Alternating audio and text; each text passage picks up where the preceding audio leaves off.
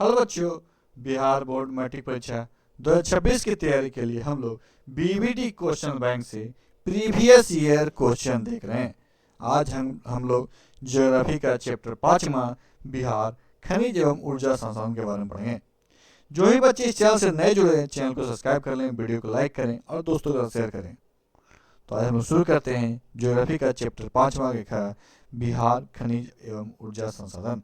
बिहार खनिज एवं ऊर्जा संसाधन। तो देखते हैं, पाइराइट किस प्रकार का खनिज है? पाइराइट किस प्रकार का खनिज है? तो धात्विक है। कैसा है? धात्विक है। काटी तापीय विद्युत परियोजना किस जिले में अवस्थित है? काटी तापीय विद्युत परियोजना किस जिले में अवस्थित है? इसका आंसर होगा मुजफ्फरपुर में। बिहार राज्य संपन्न है। बिहार राज्य संपन्न है, कृषि प्रधान। कहलगांव तापीय विद्युत परियोजना कहाँ है? कहलगांव तापीय विद्युत परियोजना कहाँ है? तो भागलपुर में। कौन तापीय विद्युत परियोजना बिहार में है? कौन तापीय विद्युत परियोजना बिहार में है? तो इनमें से सभी। अब हम लोग नेक्स्ट चैप्टर बिहार उद्योग एवं परिवहन। बिहार उद्योग एवं परिवहन, इसका ऑब्जेक्टिव क्वेश्चन देखते हैं।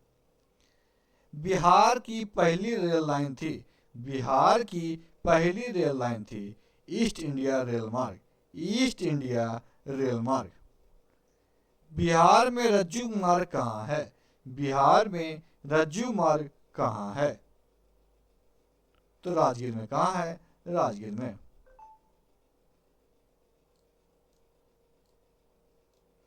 बिहार की सीमा में रेल मार्ग की कुल लंबाई कितनी है? बिहार की सीमा में रेल मार्ग की कुल लंबाई 6283 किलोमीटर है। 6283 किलोमीटर। मंदार पहाड़ी हिल किस जिला में स्थित है? मंदार पहाड़ी किस जिला में स्थित है? तो बांका में। रेल वर्कशॉप स्थित है। रेल वर्कशॉप स्थित है जमालपुर में। 2011 में जनसंख्या के दृष्टि से 2011 में जनसंख्या के दृष्टि से भारत का विश्व में कौन सा स्थान है? भारत का विश्व में कौन सा स्थान है? इसका आंसर होगा 6 का बी द्वितीय। 2011 की जनगणना के अनुसार बिहार के किस जिले की जनसंख्या घनत्व सबसे अधिक है? 2011 की जनगणना के अनुसार बिहार के किस जिले का जनसंख्या घनत्व सबसे अधिक है? इसका आंसर होगा शिवहर। और इस चैप्टर का लघु उत्तरीय प्रश्न देखते हैं। बिहार में नदियों का परिवहन क्षेत्र में योगदान है। बिहार में नदियों का परिवहन क्षेत्र में योगदान है। बिहार एक भू अवशेषित राज्य है। बिहार एक भू अवशेषित राज्य है। यहाँ जलमार्ग के लिए नदियों का उपयोग किया जाता है। यहाँ जलमार्ग के लिए नदियों का उपयोग किया जाता है। बिहार में कई बड़ी नदियां हैं। बिहार में कई बड़ी नदियां हैं जिसमें सालों भर जल प्रवाहित होता था। जिसमें क्या है? सालों भर जल प्रवाहित होता था। यही कारण है कि इस राज्य में प्राचीन काल से ही जल परिवहन का कार्य होता रहा है। मध्यकाल में भी यातायात का मुख्य साधन जल मार्ग ही था। मध्यकाल में भी यातायात का प्रमुख साधन जल मार्ग ही था। गंगा घाघरा कोसी गंडक सोन आदि नदियां मुख्य रूप से जल परिवहन के लिए उपयोग की जाती है। घाघरा नदी से यातायात, गंडक से लकड़ी, फल, सब्जी, सोन नदी से बालू एवं पुनपुन नदी से बांस दिए जाते हैं। और नेक्स्ट चैप्टर बिहार जनसंख्या एवं नागरीकरण। बिहार जनसंख्या एवं नागरीकरण के बारे में पढ़ेंगे। तो 2001 में बिहार की कुल जनसंख्या थी। 2001 में बिहार की कुल जनसंख्या थी 8 करोड़ से कम, नहीं सॉरी 9 करोड़ से अधिक। 2001 की जनगणना के अनुसार बिहार नगरीय आबादी है। 2001 की जनगणना के अनुसार बिहार नगरीय आबादी है। इसका आंसर है 10.5%। बिहार का सबसे बड़ा नगर कौन है? बिहार का सबसे बड़ा नगर कौन है? या बिहार का सर्वाधिक जनसंख्या वाला जिला कौन है? इसका आंसर होगा पटना। बिहार में सर्वाधिक आबादी किस जिला में है? बिहार में सर्वाधिक आबादी किस जिला में है? तो पटना में। अब हम लोग इस चैप्टर का लघु उत्तरीय प्रश्न देखते हैं। बिहार में जनसंख्या सभी जगह एक समान नहीं है, स्पष्ट करें। बिहार में जनसंख्या सभी जगह एक समान नहीं है, स्पष्ट करें। बिहार राज्य की जनसंख्या एक समान नहीं है। बिहार राज्य की जनसंख्या एक समान नहीं है। जनसंख्या वितरण पर राज्य की धरातलीय उच्च बाच का प्रभाव पड़ता है। बिहार की मैदानी क्षेत्रों में जहां कृषि, सिंचाई, उपजाऊ मिट्टी एवं नगरीकरण का प्रभाव है, वहां जनसंख्या अत्यंत घनी पाई जाती है। जबकि पहाड़ी उर्वरा मिट्टी का अभाव, सिंचाई की कमी आदि के कारण जनसंख्या विरल पाई जाती है। पटना, दरभंगा, गया, मुजफ्फरपुर जिले में जनसंख्या घनी पाई जाती है, जबकि पश्चिम चंपारण, बांका, कैमूर जिला में जनसंख्या कम पाई जाती है। जनसंख्या घनत्व से आपका क्या अभिप्राय है? जनसंख्या घनत्व से आपका क्या अभिप्राय है? तो जनसंख्या घनत्व की गणना करने के लिए जनसंख्या के क्षेत्रों से विभाजित किया जाता है। किसी भौगोलिक क्षेत्र में रहने वाले लोगों की संख्या को जनसंख्या घनत्व कहते हैं। जनसंख्या घनत्व कैसे निकालेंगे? तो व्यक्ति की संख्या बटे भूमि का क्षेत्रफल। अब हम नेक्स्ट चैप्टर मानचित्र अध्ययन इसके बारे में पढ़ते हैं।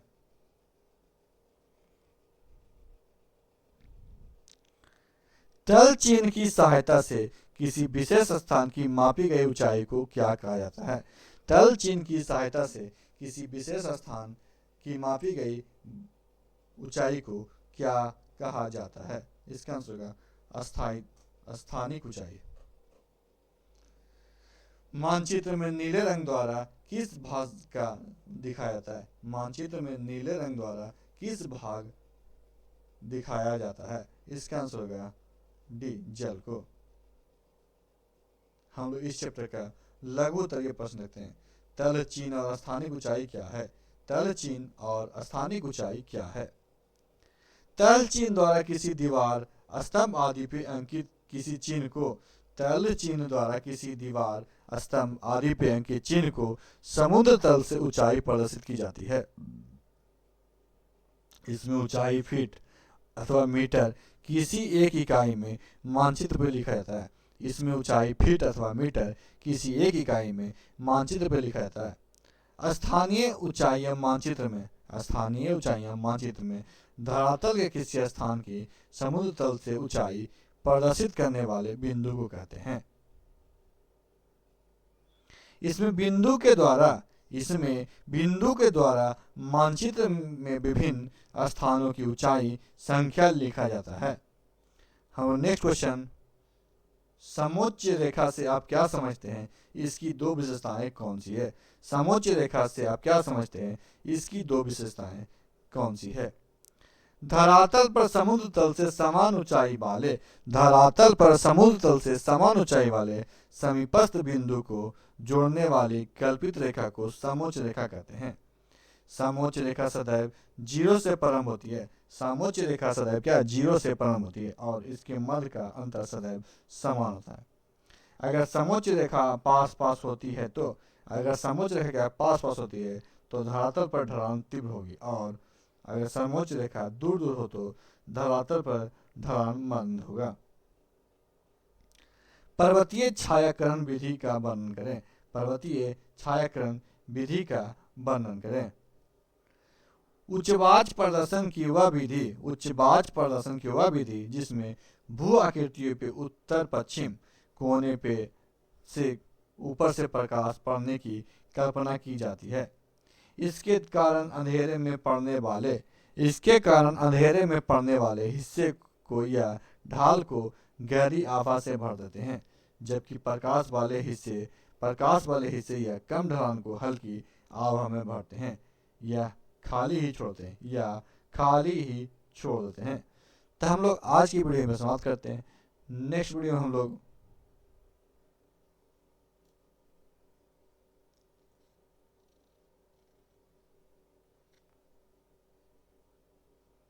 आपदा प्रबंधन के बारे में पढ़ेंगे। नेक्स्ट वीडियो में हम लोग क्या आपदा प्रबंधन के बारे में पढ़ेंगे। तो आज की वीडियो में समाप्त करते हैं। वीडियो अच्छा वीडियो को लाइक कीजिएगा, दोस्तों शेयर कीजिएगा और हमारे चैनल को सब्सक्राइब कीजिएगा। वीडियो देखने के लिए आपका धन्यवाद।